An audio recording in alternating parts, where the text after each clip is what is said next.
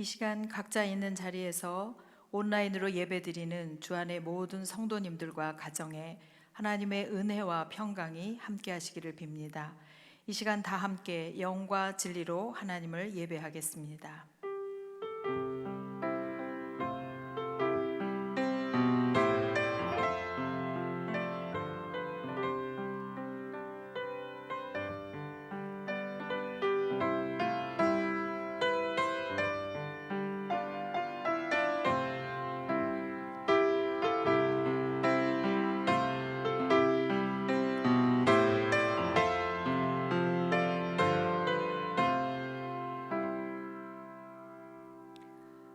하나님 아버지, 이 시간 우리를 불러 하나님 앞에 예배하게 하시니 감사합니다. 각처에서 예배하는 각 사람 마음 가운데 하나님의 성령이 임하셔서 하나님을 사랑하는 마음으로 지극한 정성으로 예배하는 그 예배를 기쁘게 받아 주옵소서. 가난하고 낮은 마음에 임하시는 성령님, 이 시간 온전히 주님만을 높이게 하옵시고 온 마음을 다하여 주님을 사랑하게 하여 주옵소서. 주님을 예배하오니 우리에게 임하시고 영광 받아 주옵소서. 예수님의 이름으로 기원하옵나이다. 아멘. 찬송가 337장, 통일 찬송가 363장을 다 함께 찬양하시겠습니다.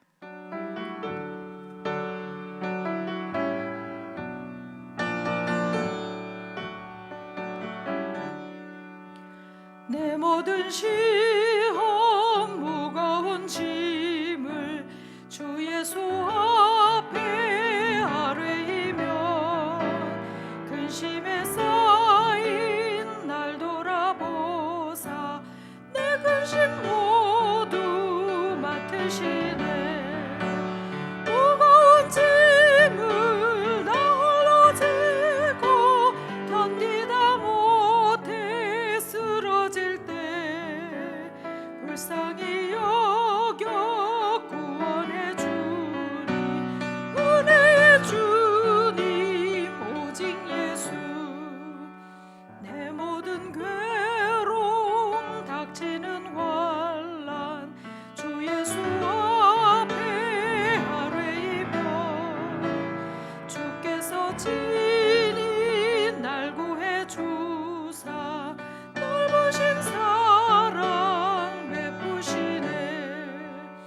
무거운 짐을 나 홀로 지고 견디다 못해 쓰러질 때 불쌍히 여겨 구원해 주리 은혜의 주님 오직 예수.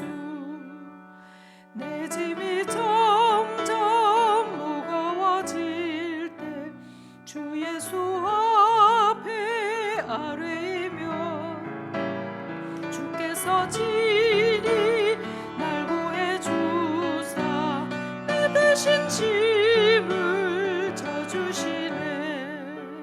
무거운 짐을 나 홀로 지고 견디다 못해 쓰러질 때 불쌍히 여겨 구원해 주리 은혜의 주님 오직 예수.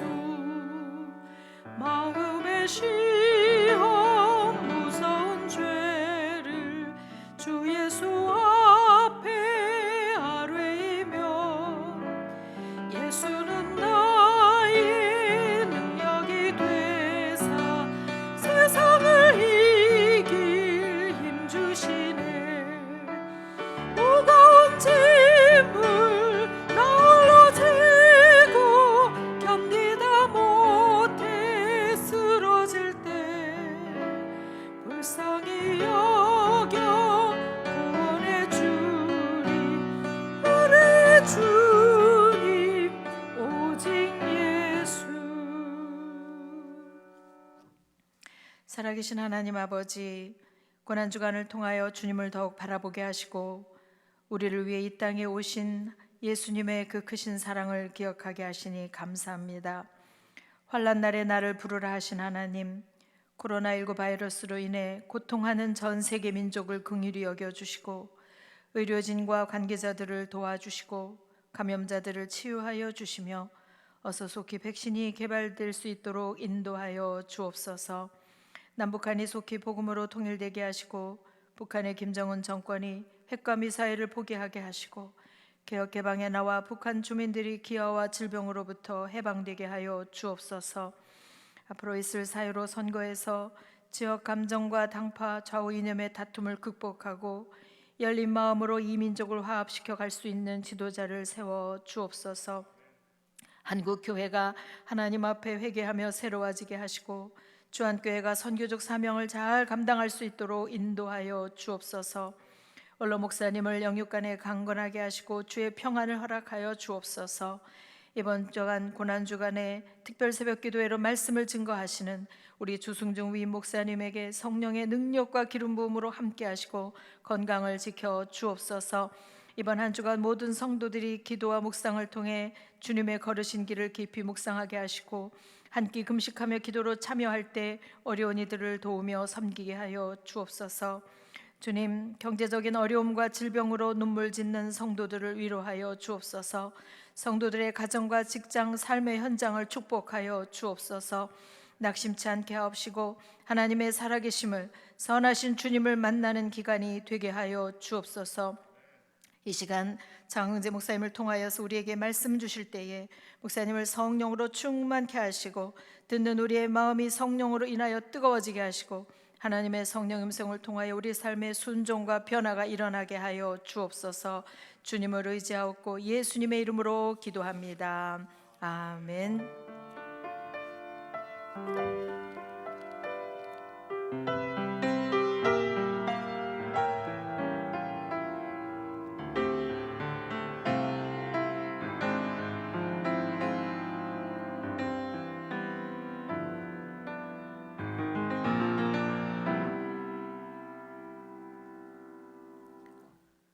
오늘 우리에게 주시는 하나님의 말씀은 마가복음 12장 28절에서 34절의 말씀입니다.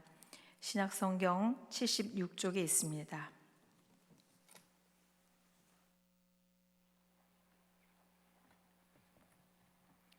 이제 하나님의 말씀을 봉독하겠습니다. 이 말씀을 봉독할 때에 살아계신 하나님의 음성을 다 함께 들으실 수 있기를 바랍니다. 하나님의 말씀입니다.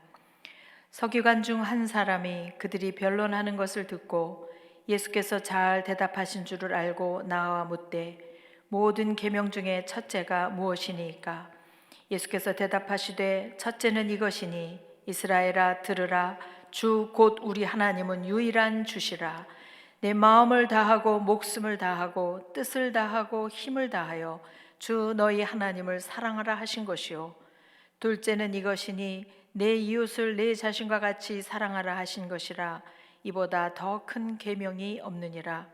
서기관이 이르되 선생님이여 옳소이다. 하나님은 한 분이시오 그 외에 다른 이가 없다 하신 말씀이 참이니이다. 또 마음을 다하고 지혜를 다하고 힘을 다하여 하나님을 사랑하는 것과 또 이웃을 자기 자신과 같이 사랑하는 것이 전체로 드리는 모든 번제물과 기타 제물보다 나으니이다. 예수께서 그가 지혜 있게 대답함을 보시고 이르시되 내가 하나님의 나라에서 멀지 않도다 하시니 그 후에 감히 묻는 자가 없더라. 아멘. 찬송가 393장, 통일 찬송가 447장을 함께 찬양하겠습니다.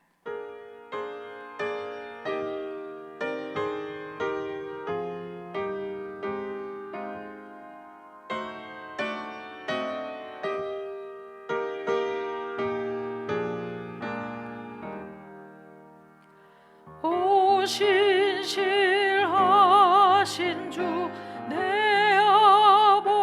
아버지여 늘 함께 계시니 두려움 없네.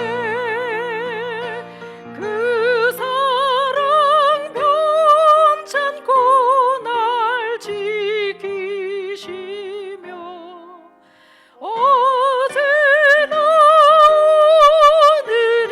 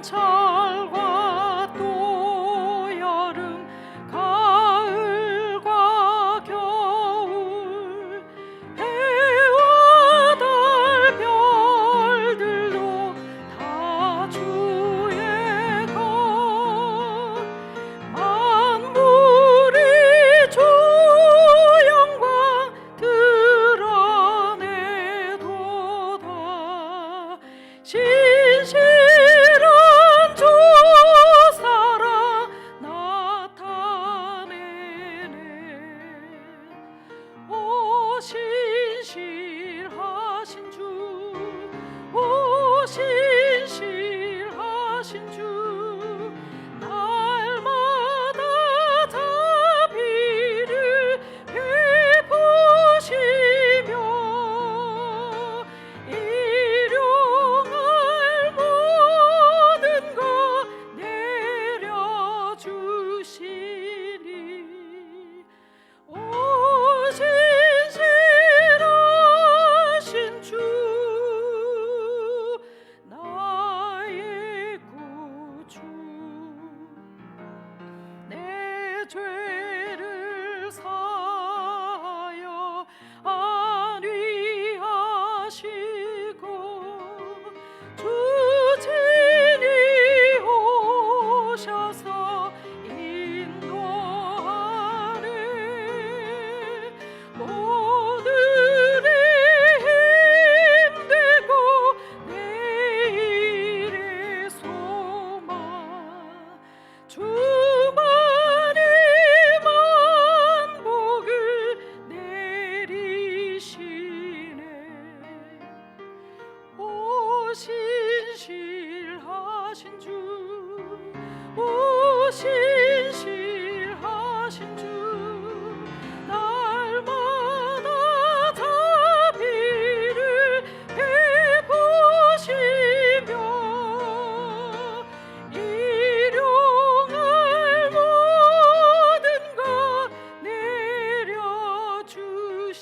내려주시니 오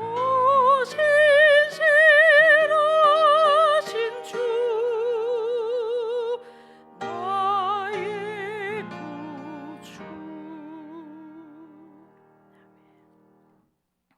이 시간 장흥재 목사님 나오셔서 다시 기본이라는 제목으로 말씀 전해 주시겠습니다.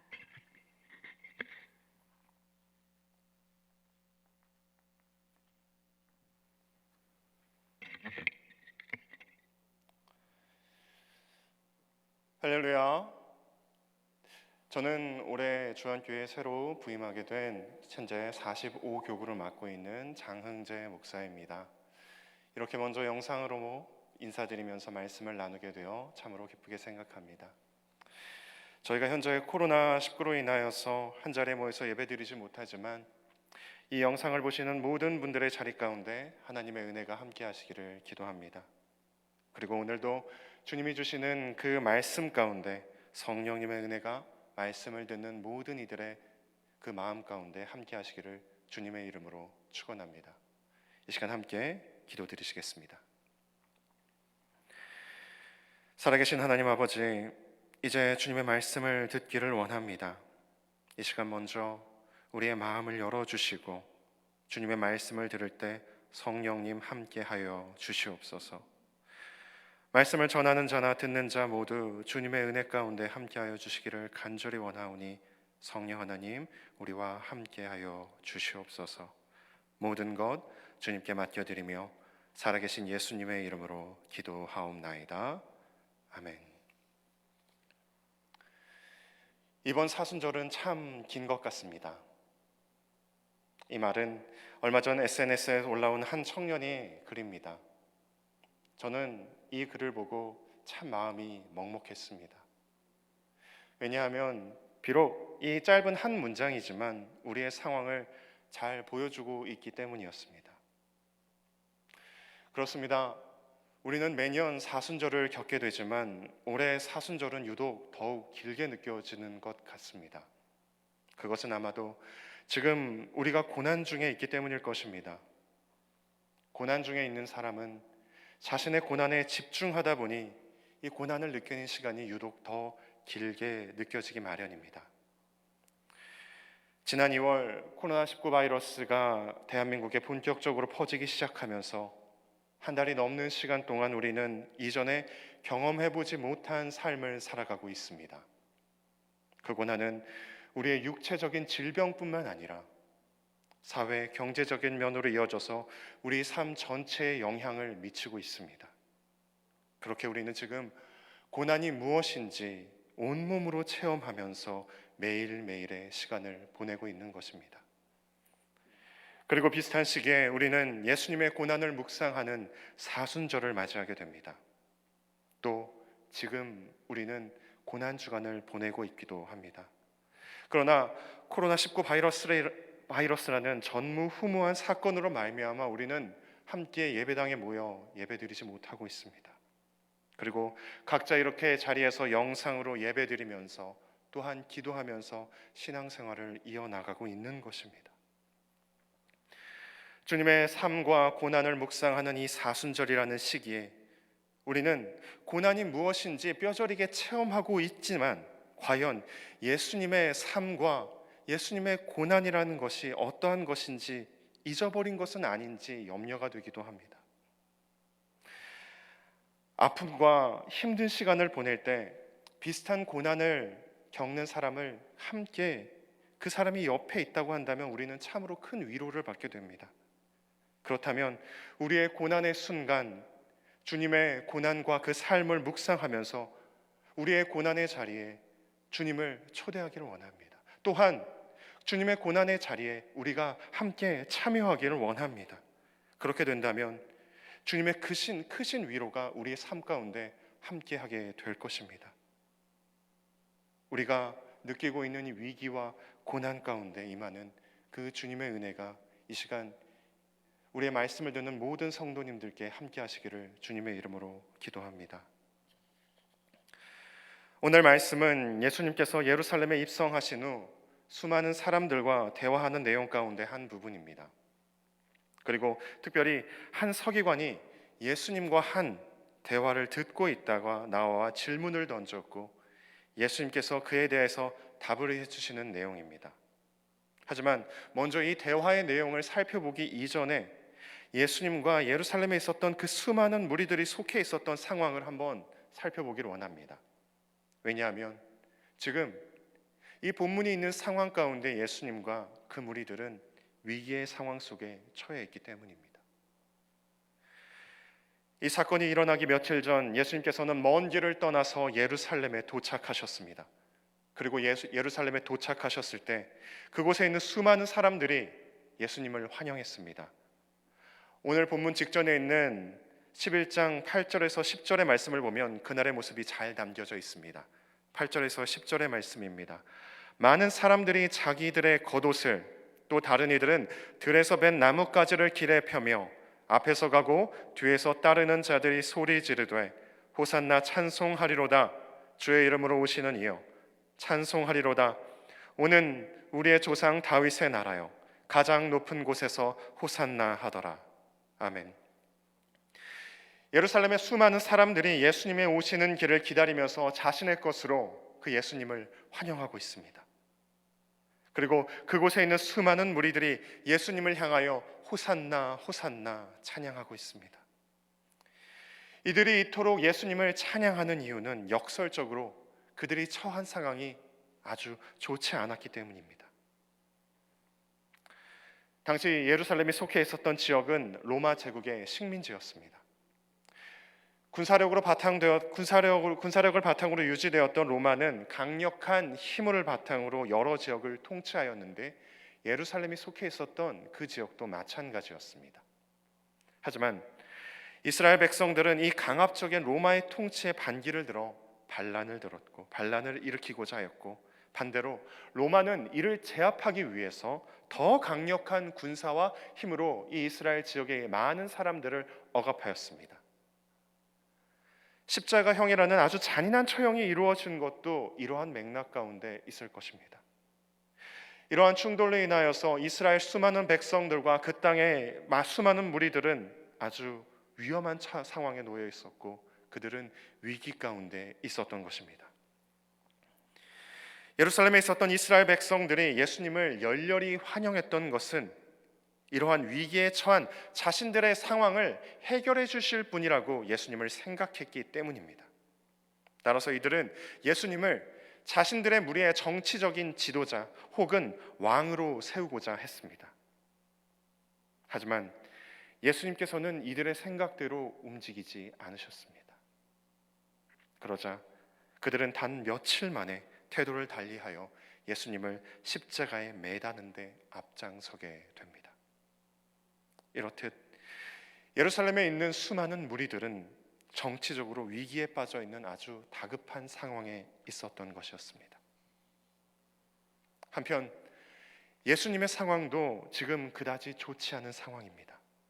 비록 이스라엘 백성들의 환대를 맞으면서 예루살렘에 도착하였지만 예수님께서는 자신이 곧 고난당하시며 십자가에 달리시고 목숨을 잃으실 것이라는 것을 이미 알고 계셨습니다. 마가복음 10장 33절과 34절에서 예수님께서는 이렇게 말씀하십니다. 보라, 우리가 예루살렘에 올라가노니 인자가 대제사장들과 서기관들에게 넘겨짐에 그들이 죽이기로 결의하고 이방인들에게 넘겨주겠고 그들이 능욕하며 침뱉으며 채찍질하고 죽일 것이나 그는 3일 만에 살아나리라 하시니라. 아멘. 예수님은 이렇게 말씀하시면서 스스로 고난당하실 것을 미리 알고 계셨습니다. 그것도 제자들에게 이미 2번이나 미리 이야기하셨던 것을 보아 예수님께서는 이 예루살렘 그곳에서 본인이 어떠한 일을 겪으실지 분명히 알고 계셨습니다. 그렇습니다. 예수님께서는요, 이 예루살렘에 들어가신 것이 왕이 되시기 위해서 들어간 것이 아닙니다. 오히려 그곳에 십자가에 달리시기 위해서, 즉 죽임당하기 위해서 그 예루살렘 땅에 들어가신 것입니다. 이것은 이 순간은 예수님께서 이 땅에 오신 목적을 이루시기 위한 시간이며 예수님께서는 이미 이곳에서 일어날 그 모든 사건을 예견하고 준비하고 계셨던 것입니다. 모든 사건을 알고 계셨다고 해도 그것이 쉬웠을까요? 그렇지 않을 것입니다. 예수님께서도 이것은 쉽지 않은 일이었을 것입니다. 이는 예수님께서 겟세마네에서 하신 기도를 보아도 알 수 있습니다. 이르시되 아빠 아버지여, 아버지께서는 모든 것이 가능하오니 이 잔을 내게서 옮기시옵소서. 그러나 나의 원대로 하지 마옵시고 아버지의 원대로 하시옵소서 라고 주님께서는 이렇게 기도하셨습니다.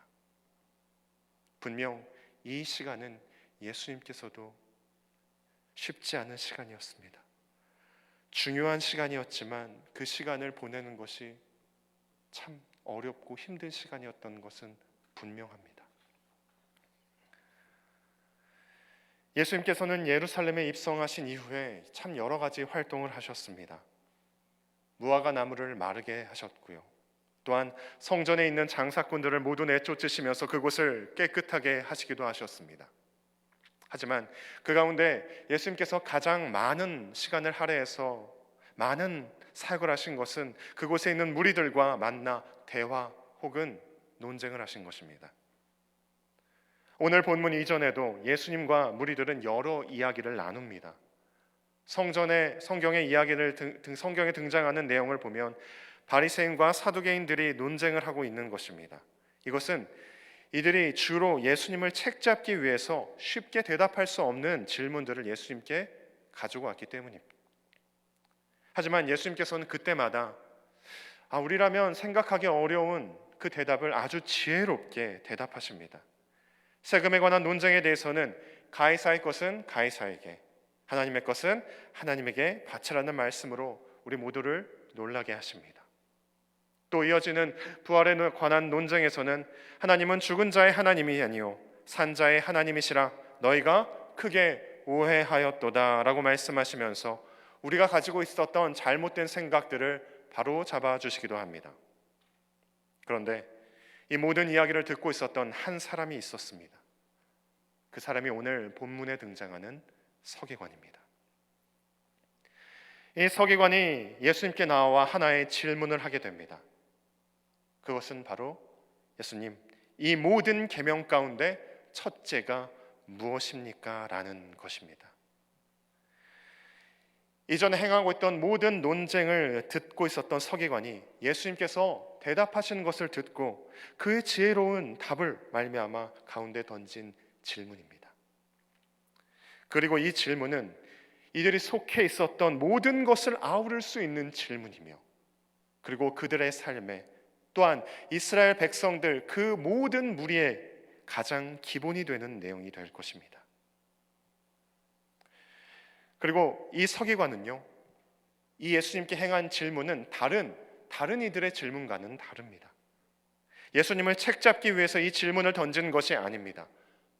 마태복음에 등장하는 동일한 본문과는 달리 이 서기관은 예수님을 난처한 상황에 빠뜨리기 위해서 질문을 던진 것이 아닙니다. 오히려 정말로 궁금한 것이, 정말로 나의 삶 가운데 가장 중요한 것이 무엇인지 알기 위해서, 그 진리가 무엇인지 알기 위해서 예수님께 나아갔던 것입니다. 이 서기관은 그들이 가지고 있던 계명 가운데 가장 중요한 것이 무엇인지 그것이 궁금했습니다. 그 계명의 핵심을 알아야 근본 정신을 알 수 있으며 그것을 따라 행할 수도 있기 때문입니다. 그도 그럴 것이 이스라엘 당시 계명에는 613개 정도의 계명이 있었다고 합니다. 그 수많은 계명들 가운데 단 한 가지의 계명을 꼽는다는 것은 생각처럼 그렇게 쉬운 일이 아니었을 것입니다. 하지만 이러한 서기관의 질문에도 예수님께서는 아주 단호하게 이렇게 대답하십니다. 29절에서 30절의 말씀입니다. 예수께서 대답하시되 첫째는 이것이니 이스라엘아 들으라. 주 곧 우리 하나님은 유일한 주시라. 내 마음을 다하고 목숨을 다하고 뜻을 다하고 힘을 다하여 주 너의 하나님을 사랑하라 하신 것이요. 아멘. 즉 모든 계명들 가운데 가장 중요한 첫 번째 계명은 너의 하나님을 사랑하라는 것입니다. 이것은 10계명의 처음 부분을 함축하고 요약한 것으로 생각할 수 있을 것입니다.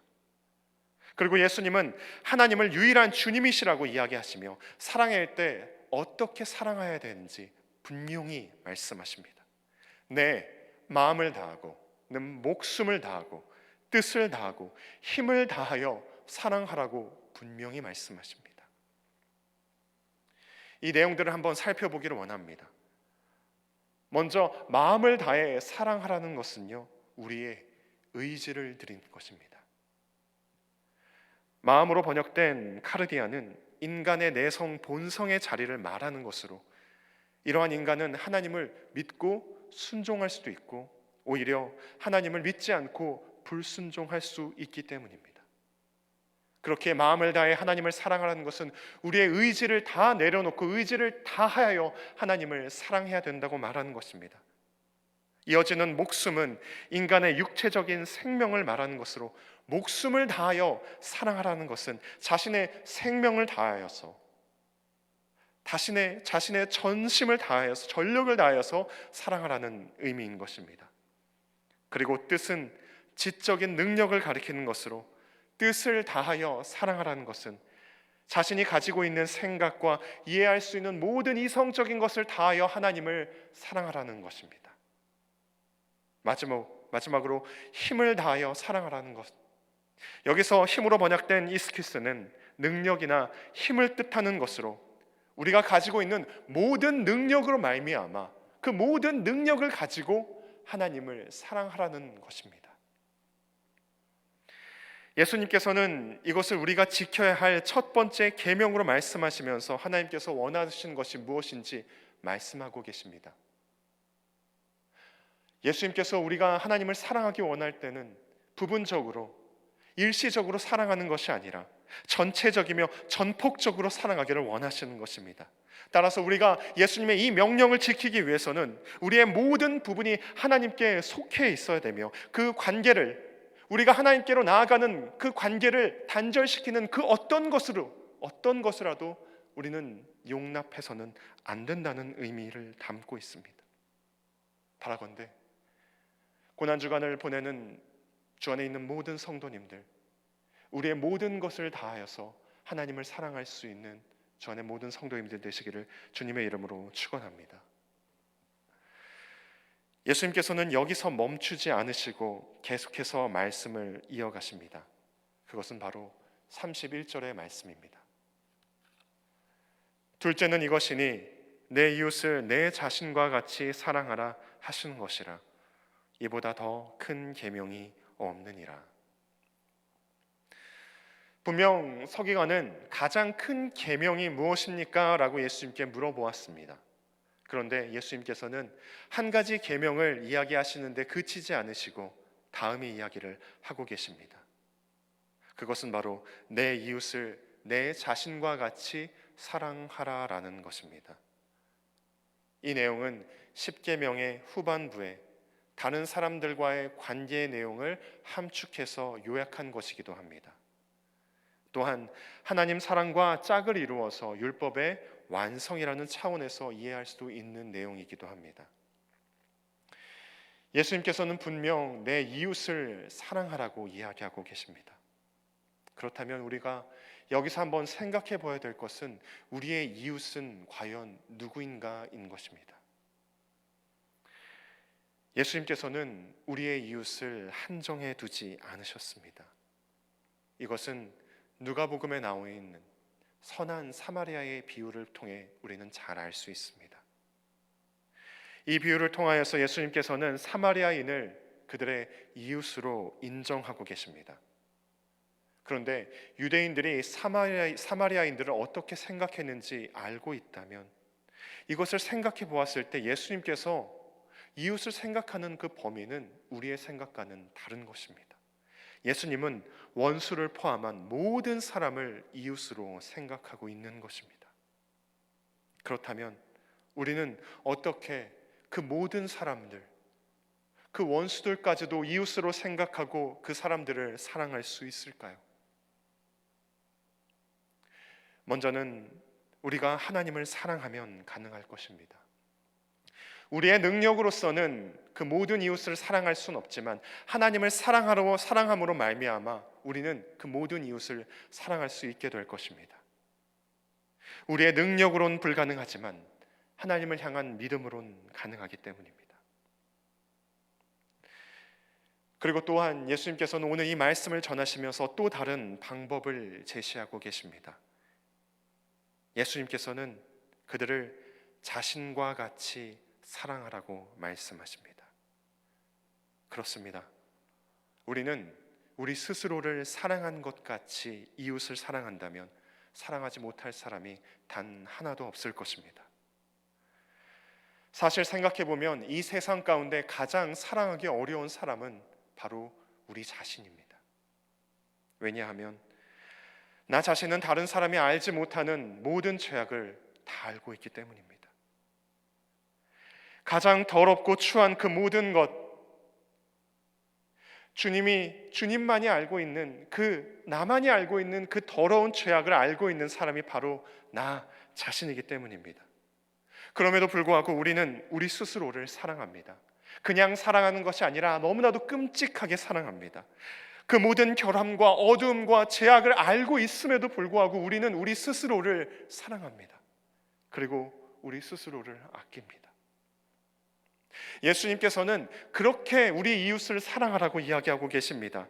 그들이 사랑받을 만하기에 사랑하는 것이 아니라 그들이 완전한 존재이기 때문에 그들을 사랑하라고 이야기하는 것이 아니라 사랑할 수 없는 스스로를 사랑하듯이 비록 그들이 결함이 있을지라도 그들이 어려움이 있을지라도 그들의 죄악이 보일지라도 그들을 사랑하라고 이야기하고 계시는 것입니다.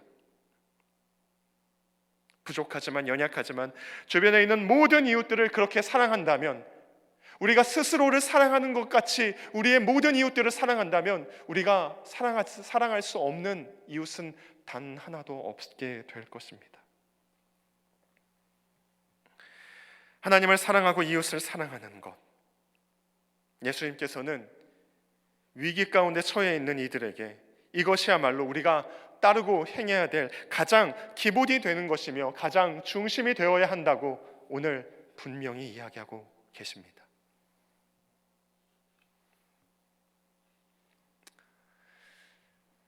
만일 우리가 살고 있는 집에 불이 났다고 한번 생각을 해보십시오.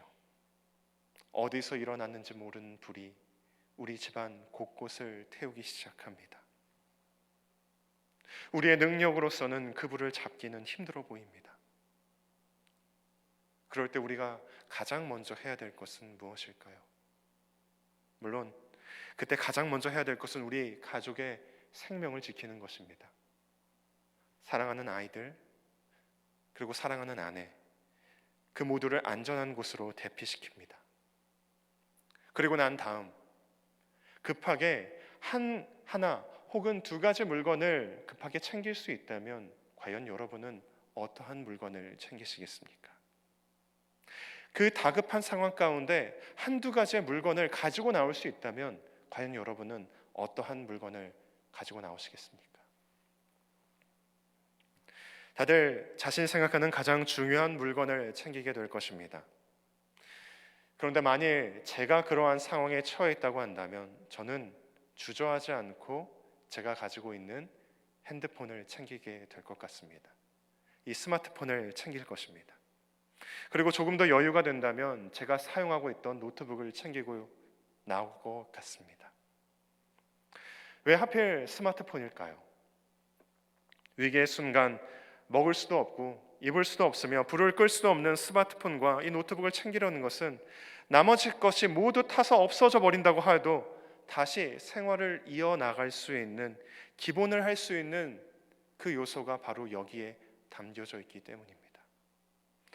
내게 도움을 줄 수 있는 사람들과 연락할 수 있는 번호가 여기 담겨져 있고요. 또한 내가 필요한 정보를 찾아볼 수 있는 그 내용이 바로 여기 담겨져 있고요. 또한 직접 연락을 취할 수도 있습니다. 또한 요새는 시대가 발전함에 따라 스마트폰을, 이 핸드폰만 가지고 있어도 우리의 경제 생활에 전혀 지장이 없습니다. 지갑과 돈이 없고 카드가 없을지라도 핸드폰만 가지고 있어서도 우리는 물건을 살 수 있고 여러 가지 경제 활동을 할 수 있습니다.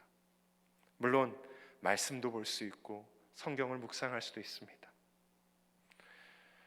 그리고 스마트폰으로 작업하기 어려운 것들은 또한 이 노트북으로 가능하게 될 것입니다. 이 스마트폰이 필요한 것은 그 위기의 순간 다른 삶을, 우리의 원래의 삶을 이어나가게 해줄 수 있는 기본이 된다는 점이기 때문입니다. 그리고 그것을 중심으로 하여서 비록 더딜지라도, 시간이 오래 걸릴지라도 우리의 일상은 조금씩 회복할 수 있는 그 디딤돌 같은 역할을 해줄 수 있기 때문인 것입니다. 어쩌면 지금은 우리는 영적인 삶에 커다란 불이 나고 그 불이 난 상황을 마주하고 있는 것을 우리는 볼 수 있습니다. 아주 커다란 위기가 찾아온 것일 수도 있습니다. 이때 우리의 삶 가운데 가장 먼저 기억하고 급하게 챙겨야 될 것은 우리 삶 가운데 기본이 되는 것입니다. 이러한 위기의 순간 가운데 우리가 붙잡아야 될 것은 그 가운데 가장 중심이 되는 것이어야 합니다. 지금 우리가 살아가고 있는, 지금 현재에 살아가고 있는 2020년의 삶, 우리의 영적인 삶은 위기에 빠져 있습니다. 마치 불이 난 것처럼 아주 급박한 상황 가운데 있을지도 모릅니다. 한 달이 넘는 시간 동안 우리는 함께 모이지 못하였습니다. 교회의 모든 활동은 중단되었습니다. 성경 공부와 전도와의 모든 것이 멈춰버린 듯합니다. 이러한 위기의 상황 가운데 우리가 가장 먼저 붙잡아야 될 것은 무엇입니까? 우리의 영적인 삶의 위기 가운데 우리가 가장 먼저 붙잡아야 될 것은 가장 중심이 되는 것이며 기본이 되어야 되는 것입니다. 우리의 삶 가운데 무너진 것이 있다면, 우리의 영적인 삶 가운데 무너진 것이 있다면 다시 시작할 수 있는 것이 바로 그 기본이 되는 것이어야 됩니다. 고난주간을 맞이하고 있는 지금 우리는 참으로 고난주간의 이름에 걸맞는 삶을 보내고 있습니다. 우리가 처해 있는 이 삶의 순간 분명한 위기의 순간이 맞습니다. 그리고 2000년 전 예루살렘에서 위기의 시간을 겪고 있었던 무리들이 있었습니다. 그리고 그 중심에는 예수님이 계셨습니다. 예수님께서는 그 무리들을 향하여서 오늘의 말씀을 전해주셨습니다. 이스라엘아 들으라, 주 곧 우리 하나님은 유일한 주시라. 내 마음을 다하고 목숨을 다하고 뜻을 다하고 힘을 다하여 주 너의 하나님을 사랑하라 하신 것이요, 둘째는 이것이니 내 이웃을 내 자신과 같이 사랑하라 하신 것이라. 이보다 더 큰 계명이 없느니라. 이것이 우리의 영적인 삶의 기본이기 때문입니다. 모든 대화 가운데, 모든 논쟁 가운데 이 무리들에게 이 말씀을 해주신 것은 이것이 가장 중요한 것이며 이것이 기본이 되는 말씀이기 때문입니다. 그리고 이 말씀은 2000년이 지난 우리에게도 동일하게 해당됩니다. 바라건대 주 안에 있는 모든 성도님들, 우리의 마음을 다하고 목숨을 다하고 뜻을 다하고 힘을 다하여 우리 하나님을 사랑하십시오. 그리고 우리 이웃을 우리 스스로를 사랑하는 것 같이 사랑하십시오. 이보다 더 중요한 것은 없습니다. 그리고 위기에 처한 우리의 삶 가운데 우리가 붙잡고 살아가야 될 주님이 주시는 가장 중요한 말씀이며 가장 기본이 되는 말씀이 바로 이것입니다. 바라건대 우리의 삶 가운데 영적인 삶이 무너진 분이 계십니까? 위기 가운데 처해진 분이 계십니까? 다시 기본이 되는 이 주님의 말씀을 붙잡고 한 걸음을 내디딜 수 있는 저와 여러분이 되기를 원합니다. 그때 새로운 삶이 다시 회복할 수 있는 길이 열리게 될 것입니다. 이제 말씀을 정리하고자 합니다. 우리가 지금 코로나19로 인하여서 많은 어려움을 겪고 있는 것이 사실입니다. 또한 고난의 시간을 보내고 있는 것 또한 사실입니다. 하지만 분명한 것은 머지않아 이 모든 것이 지나갈 것이라는 것입니다. 그리고 또한 우리의 일상은 회복될 것입니다. 하지만 그때에도 우리가 속한 교회와 그리스도인들은 여전히 어려움에 빠져 있을 수 있습니다. 온전히 회복되기까지는 어쩌면 더 많은 시간이 필요할 수도 있을지도 모릅니다. 이때를 위해서 우리가 반드시 잡아야 할 것은, 우리가 위기 가운데 가장 기본이 되어야 되는 것은 오늘 예수님의 말씀입니다. 이것을 놓치고 있지 않다면, 우리의 손에 꼭 잡고 있다면 우리는 어떻게 해서든 그 회복의 자리로 나아갈 수 있게 될 것입니다. 그리고 그 기본은 전혀 새로운 것이 아닌 우리 주변에 이미 오래전부터 예수님께서, 그 주님께서 우리에게 말씀해 주신 것입니다. 오늘 예수님께서 하신 가장 큰 계명은 새로운 것이 아니었습니다. 이미 오래전부터 수많은 사람들에게 말씀해 주신 것이며 또한 수많은 사람들이 이미 잘 알고 있는 말씀이었습니다. 예수님께 질문을 한 서기관도 분명히 이 말씀을 알고 있었을 것입니다. 기본이라는 것은 새로운 것이 아닙니다. 이미 우리에게 주어진 것들입니다. 다만 우리가 그것을 잊어버리고 우리 손에 쥐고 있지 못한 것일 뿐입니다. 이미 우리에게 말씀을 주셨습니다. 우리가 가지고 붙잡아야 될 것을 우리에게 분명히 말씀해 주셨습니다. 이것을 우리는 기억해야 될 것입니다. 고난주간을 보내고 있는 주 안의 모든 성도님들, 그리고 주님의 삶과 고난을 묵상하며 우리의 삶과 고난에 지쳐 우리의 삶이 무너지지 않기를 원합니다. 그리고 다시 기본으로 돌아가 그 말씀을 붙잡고 이미 우리에게 주어진 것을 붙잡고 이 부활의 승리를 기대하며 기도하며 나아갈 수 있는 이 고난주간에, 그리고 그 가운데 베푸시는 주님의 은혜를 맛볼 수 있는 귀한 시간이 되기를 주님의 이름으로 간절히 축원합니다. 함께 기도하겠습니다. 살아계신 하나님 아버지, 감사합니다. 주님께서는 이미 우리에게 말씀을 주시고 우리가 지켜야 될 기본을 우리에게 주셨습니다.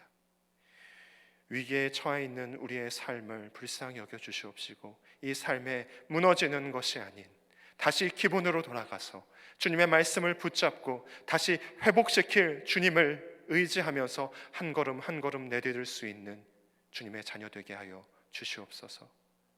특별히 고난주간을 맞이하고 있는 이때에 주님의 삶과 고난을 묵상하면서 또한 그곳에 참여하면서 더 큰 은혜를, 주님이 주시는 위로를 맛볼 수 있는 주님의 자녀 되게 하여 주시옵소서. 오직 주님만을 신뢰하며 나아갑니다. 우리의 손을 놓지 말아 주시옵소서. 모든 것 주님께 맡기오며 살아계신 예수님의 이름으로 기도하옵나이다. 아멘. 주신 말씀 기억하며 찬송가 218장 통일 찬송가 369장을 다 함께 찬양하시겠습니다.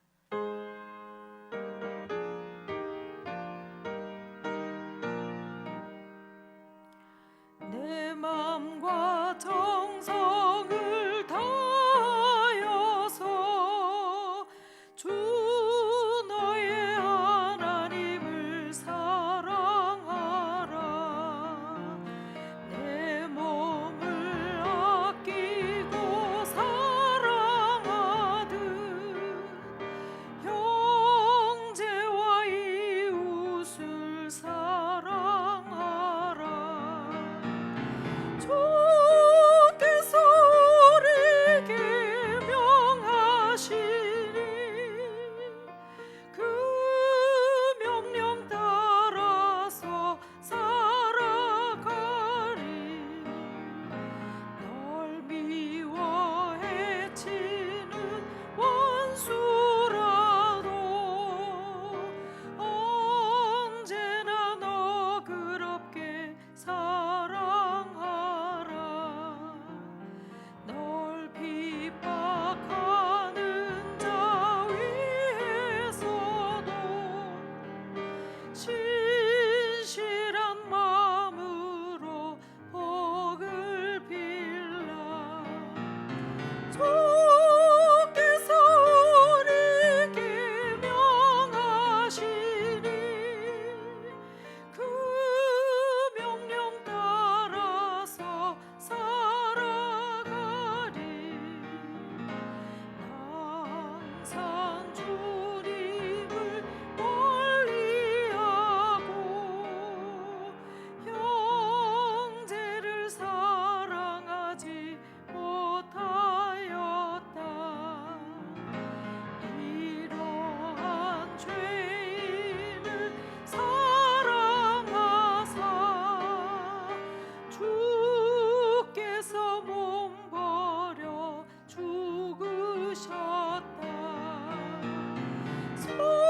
속죄의 큰 사랑 받으니모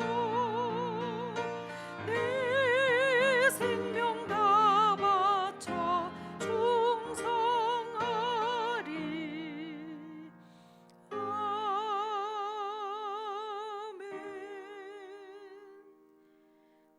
교회 소식을 영상으로 보시겠습니다.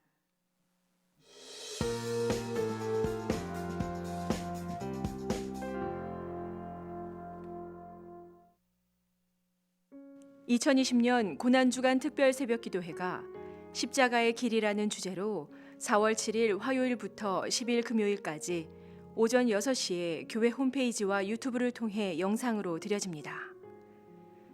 이번 고난주간 특별 새벽기도회는 4월 7일 빌라도에게 고난을 받으사, 8일 억지로 진 십자가, 9일 너희 자녀를 위하여 울라, 10일 십자가에 못 박히신 예수라는 제목으로 주승중 위임 목사께서 말씀을 전하십니다. 성도들께서는 기도로 준비하시고 많은 참여를 부탁드립니다. 코로나19 극복과 이웃과 지역사회의 부활의 기쁨을 나누기 위한 이웃과 함께하는 부활절 기쁨의 50일 운동을 시작합니다. 기쁨의 50일 기간 동안 전통시장 살리기, 사랑의 물품 박스 전달, 외국인 성도들과 지역사회 섬기기를 진행합니다. 자세한 사항은 주보를 참조해 주시기 바랍니다. 4월 12일 부활주일부터 예배당에서 예배를 드리게 됩니다. 사회적 거리두기 준수를 위하여 제한된 인원으로 신청을 받아 부평성전에서만 예배가 드려질 예정이오니 성도들께서는 양해해 주시기 바랍니다. 자세한 사항은 주보를 참조해 주시기 바랍니다. 코로나19로 인하여 2020년도 상반기 일반 장학금 수요식은 진행하지 않고 심사 완료된 장학금을 수일 내로 지급할 예정입니다. 장학헌금을 하고자 하시는 성도님께서는 장학헌금 계좌를 이용해 주시기 바랍니다. 주안교회 119 합심기도가 계속되고 있습니다. 매일 하루에 한 번 저녁 9시에 주안교회 모든 성도들은 각자의 처소에서 합심하여 기도해 주시기 바랍니다. 코로나19로 인해 어려움을 겪고 있는 이들을 돕기 위한 구제 헌금 계좌가 새롭게 개설되었습니다. 구제 헌금을 드리기 원하시는 분들은 구제 헌금 계좌를 사용하시기 바랍니다. 지금까지 교회 소식이었습니다. 이외의 교회 소식은 주보를 참조하시기 바랍니다. 찬송 2장을 함께 찬양하겠습니다.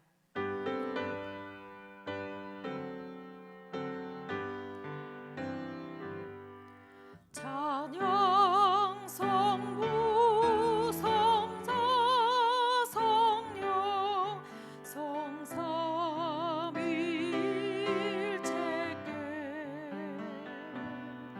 영원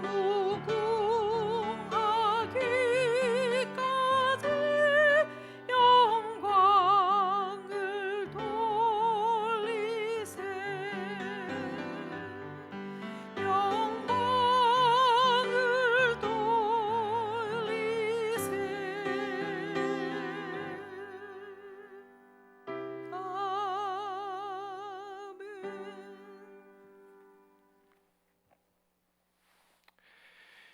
이제는 주 예수 그리스도의 은혜와 하나님의 사랑과 성령님의 교통하심이 고난주간을 맞이하여 다시 기본으로 돌아가 하나님을 사랑하고 이웃을 사랑하기를 원하는 주 안의 모든 성도님들께 성령님의 은혜가 함께 하시기를 간절히 축원하옵나이다.